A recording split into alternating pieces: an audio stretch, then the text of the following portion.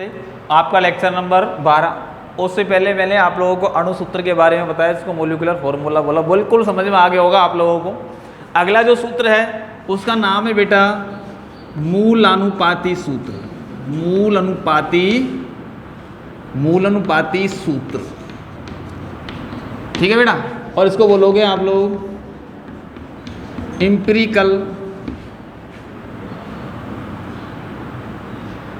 Empirical formula के नाम से जाना जाता है, ठीक है बेटा। Empirical formula EMIPRICAL, empirical formula. अब ये मूल अनुपात, सबसे पहली बात है कि आप मूल अनुपाती सूत्र समझो। किसी भी रासायनिक यौगिक का वह सूत्र जो उसमें उपस्थित सभी तत्वों का सरलतम अनुपात प्रदर्शित करता है, क्या कहलाएगा? मूल अनुपाती सूत्र। तो हम कह सकते हैं परिभाषा में रूप में, किसी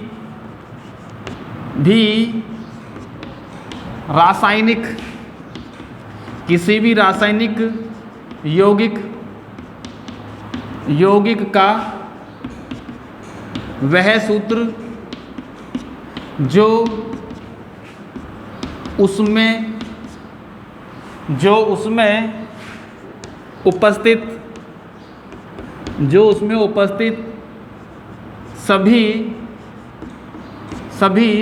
उपस्थित सभी तत्वों का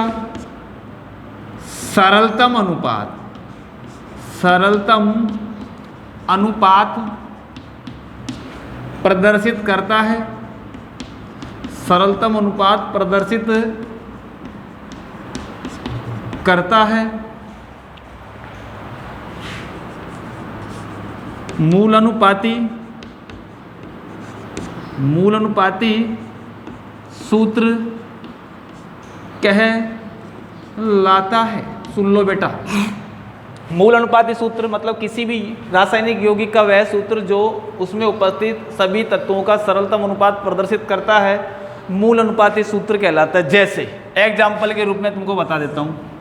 अब यहाँ पर अपन ने लिख दिया बेटा अणुसूत्र एक। तो क्या लिख दिया, जिसके बारे में आप लोगों को बताया मैंने। अणुसूत्र क्या है? किसी भी रासायनिक यौगिक का वह सूत्र जो उसमें उपस्थित सभी तत्वों की वास्तविक संख्या को प्रदर्शित करता है, अणुसूत्र कहलाएगा। यहाँ तो मैं अणुसूत्र लिख रहा हूँ और यहाँ लिख दिया मैंने मूल अनुपाती सूत्र, ठीक है बेटा। अब देखो मैंने ले लिया यहाँ पर H2O2 का नाम है हाइड्रोजन परऑक्साइड।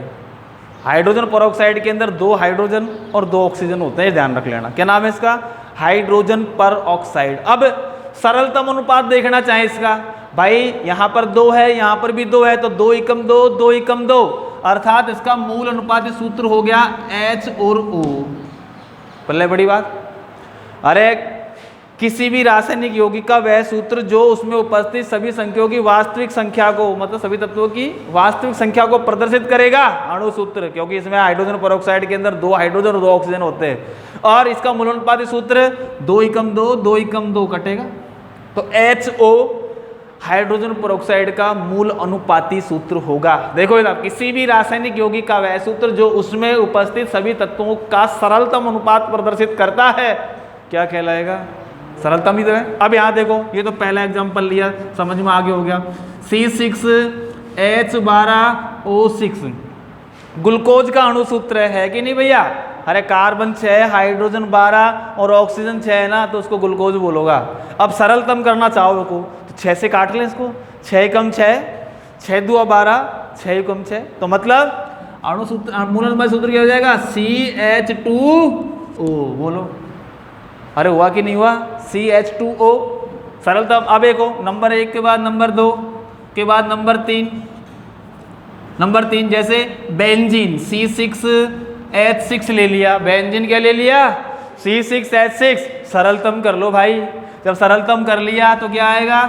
CH आएगा। सही है।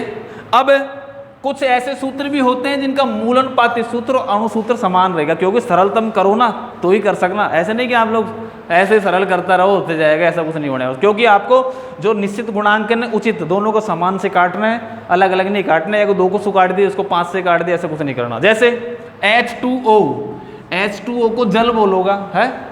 अब यहाँ पर बेटा इसको क्या काट सकते हैं क्या, अपन सरलतम कर सकते हैं क्या, नहीं। तो अणुसूत्र H, जल का अणुसूत्र H2O और मूल अनुपाती सूत्र भी H2O होगा, है। अब अभी आपने बोला C2H6O, ये एथिल एल्कोहल का अणुसूत्र लिखा, बनाया था अपन ने, बनाया था ना। अब मेरे को बता सरलतम क्या करोगे बेटा, सबको एक ही लाठी से आंकना है, मतलब सबको बराबर काटना है। तो अणुसूत्र भी यही और मूल अनुपाती सूत्र भी यही होगा।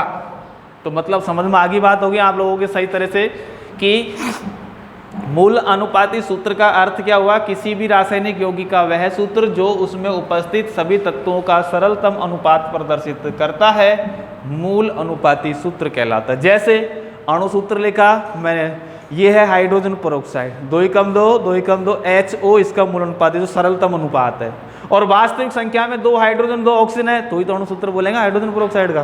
फिर ग्लूकोज का ये और ग्लूकोज का ये, पोज करना से। हाँ बेटा देखो, और बेंजीन का, और ये समझ में आ गया तो मतलब समझ में आना चाहिए कि आप लोगों को मूल अणुसूत्र का मतलब किसी भी रासायनिक यौगिक का वह सूत्र जो उसमें उपस्थित तत्वों की वास्तविक संख्या को प्रदर्शित करता है, अणुसूत्र कहलाएगा। अब सरलतम अनुपात प्रदर्शित करता है, मूल अनुपाती सूत्र कहलाएगा। ठीक है बेटा, तो ये मूल अनुपाती सूत्र की बात है, एकदम सरल सा टॉपिक है मूल अनुपाती सूत्र, जो नाम से ही बिल्कुल क्लियर हो रहा है। अब बेटा बात ये समझने की है कि गुरुजी ये क्या काम आ रहे हैं।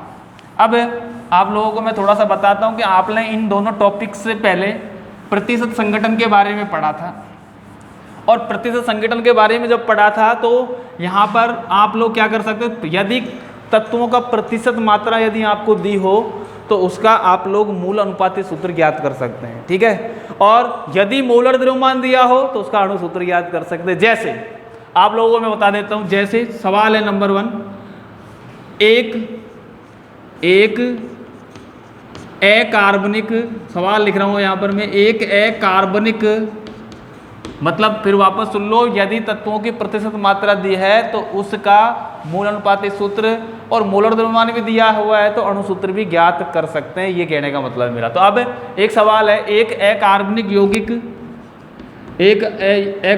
यौगिक जिसमें O बराबर आपका बेटा 88.89%, व H बराबर 11.11% है, तो यौगिक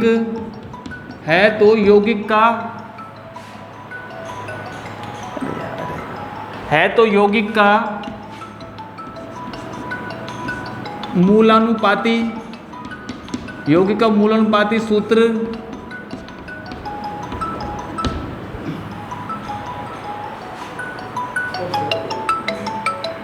तो बेटा H की प्रतिशत मात्रा 11 पॉइंट कुछ हो गया। ठीक है बेटा, उसके बाद आप लोग यौगिक का मूलानुपाती सूत्र ज्ञात करो। यदि याद हुआ है, यदि यौगिक का जो भी यौगिक का मोलर द्रव्यमान, क्या बेटा, मोलर द्रव्यमान कितना है, 18 है, तो अणुसूत्र ज्ञात करो, ये सवाल हो गया। ठीक, अब सबसे पहले सुनो बेटा, आप लोगों को एक सारणी के रूप में बताऊंगा मैं आप लोगों को, जो सिस्टम होगा, सबसे पहले आप एक सारणी बनाओगे और उस सारणी के अंदर देखो सबसे पहले अपने तत्व क्या क्या चीज़ है यौगिक में। तत्व कौन कौन सा, एक तो ऑक्सीजन है और एक हाइड्रोजन, हो गया। अब यहाँ पर तत्वों का मोलर द्रव्यमान लिख देते हैं कि भाई इनका मोलर द्रव्यमान क्या क्या होता है। अपन जानते हैं ऑक्सीजन का 16 होता है, हाइड्रोजन का 1 होता है, सही है। फिर प्रतिशत मात्रा, जो प्रतिशत मात्रा दी हुई है, प्रतिशत मात्रा कितनी है, ऑक्सीजन कितनी दे रखी है बेटा सवाल में, 88.89 और इसकी दे रखी 11.11%, सही है। ठीक है बेटा, अब यहाँ पर इसके मोल निकालोगे और बेटा मोल बराबर होता है बेटा भार बटा, मतलब प्रतिशत, भार बटा अनुभार होता है मोल तो, लेकिन आप लोग मोलरता के जब सरलतम सिस्टम डालोगे यहाँ पर, तो अब सुनो, इनकी प्रतिशत मात्रा के अंदर आप लोग इसके मोलर द्रव्यमान का भाग देना है। 88.89 में तो 16 का भाग देना, और 11 पॉइंट इसके अंदर आप लोग किसका भाग दोगे, 1 का भाग दोगे। ठीक है, अब यहाँ पर क्या करना है आपको, आपेक्षिक अनुपात ज्ञात कर लो इनका, आपेक्षिक अनुपात, ये ध्यान रखना। यहाँ पर 88.89 के अंदर आपको 16 का भाग देना, और 11.11 के अंदर आपको 1 का भाग देना, जो जिसका है ना उसका भाग देना है आपको। अब भाग दो और भाग को लगभग, अब देखो बेटा 16 पंजो 80, सही है, 5 पर गया, क्या बच गया आपका, पॉइंट लगा दो, 8 बच गया। तो 88 फिर 16 पंजो 80, और 16 पंजो 80 मतलब 5.5 के आसपास गया, 55। यहाँ एक बार दोगे तो यहाँ आएगा बेटा आप लोगों का 11.11, यूँ का यूँ आएगा कि नहीं आएगा।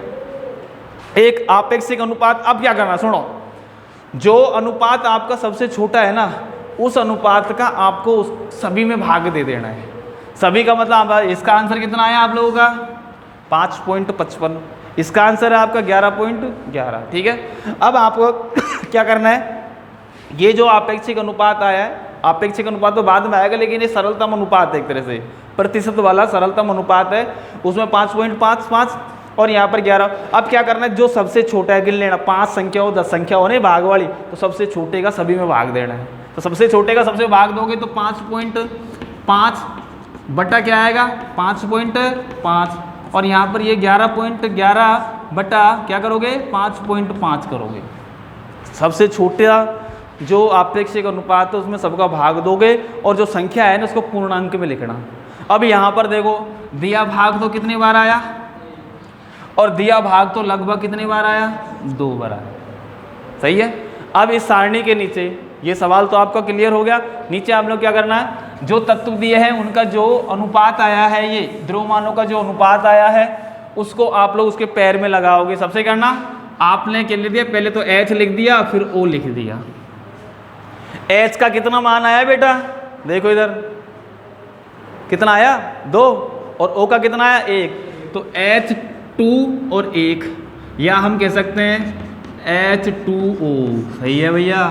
तो यहाँ पर यौगिक का मूलानुपाती सूत्र ये होगा।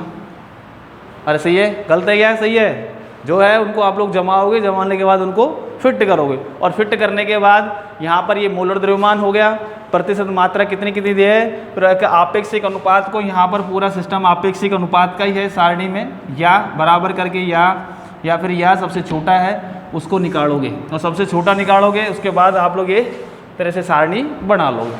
तो ये था बेटा आप लोगों का मूल अनुपाती सूत्र। अब बात समझने की है कि सब अणु सूत्र क्या होगा।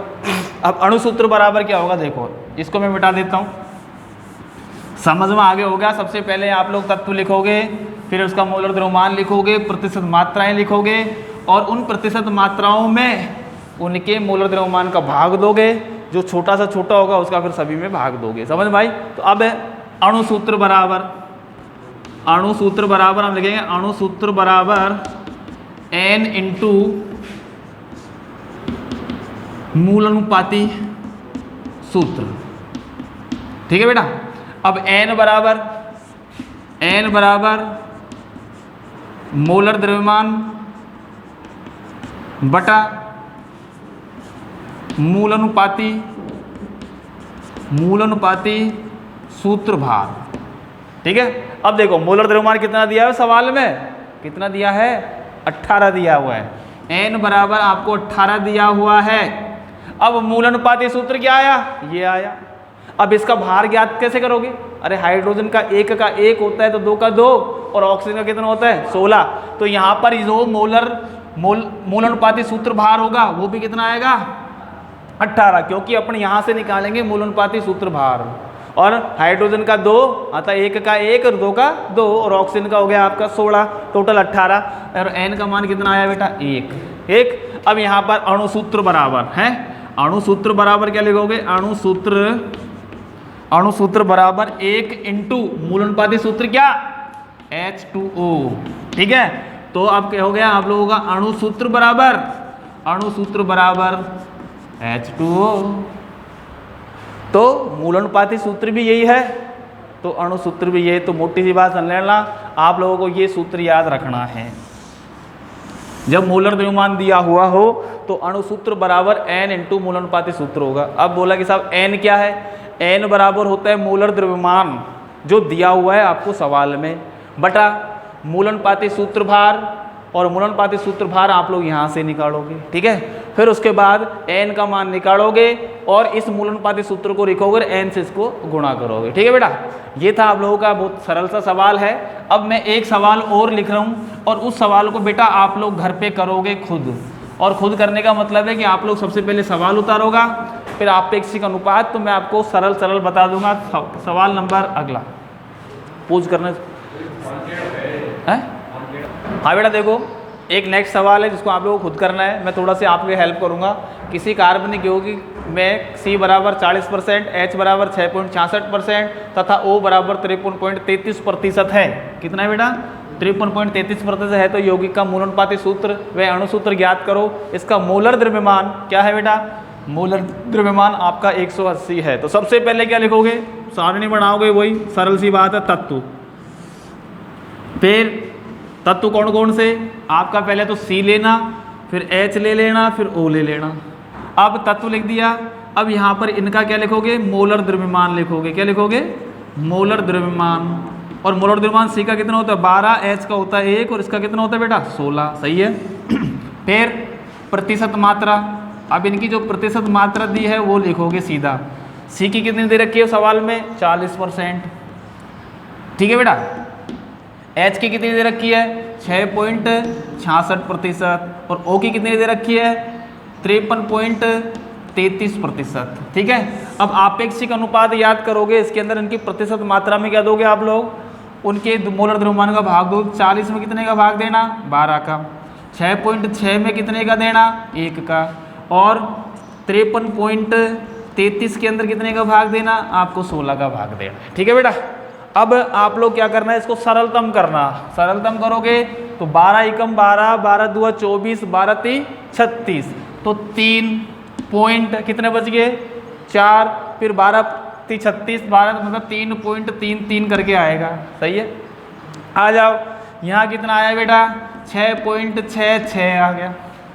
अब यहाँ आ जाओ, 16 एकम 16, 16 दूआ 32, 16 ती 48, तो 16 ती 48 हो गया, तो आपका 3 आ गया। बच कितना गया, फिर आपका वही बच गया 48 से 53 है तो 5 बच गया, वही 16 ती 48, कितना आया 16 ती 48, 16 ती 48, मतलब लगातार चलते ही रहना। आगे बात समझ में। अब जो सरल सबसे छोटा है उसका सभी में भाग देना है, ठीक है। भाग दोगे तो आप लोगों को क्या आएगा भाई 3.33 में कितने का भाग 3.33 का, सही है। फिर 6.66 में कितने का भाग 3.33 का, फिर 3.33 में कितने का भाग 3.33 का, सही है। क्लियर मामला। अब क्लियर मामला हो गया तो ये भाग गया 1 बार, ये गया बेटा 2 बार और ये गया बेटा 1 बार, सही है। अब आगे मैं आप लोगों से उम्मीद करता हूँ कि इसका आप लोग मोल अनुपाती सूत्र निकालोगे। पहले C जमाना, C लिख दिया, H लिख दिया, O लिख दिया। C कितना है 1, H कितना है 2 और O कितना है 1, तो CH2O इसका मोल अनुपाती सूत्र आ जाएगा। फिर आप लोगों को अप्लाई करना जो मैंने आपको पिछली वीडियो में बताया कि अणुसूत्र बराबर, वीडियो तो यही है, अणुसूत्र बराबर N इंटू मोल अनुपाती सूत्र। तो N का मान निकालना पहले, तो N का मान कैसे लगा हुआ है मोलर द्रव्यमान बटा मोल अनुपाती सूत्र भार, भाग देना N का मान कितना है, फिर अणुसूत्र N और मोल अनुपाती सूत्र को उससे गुणा करना, वो आप लोगों का बेटा क्या आ जाएगा अणुसूत्र आ जाएगा, ठीक है बेटा। अब आपको मैं नेक्स्ट वीडियो के अंदर आपको अगला टॉपिक दूंगा, ठीक है। धन्यवाद।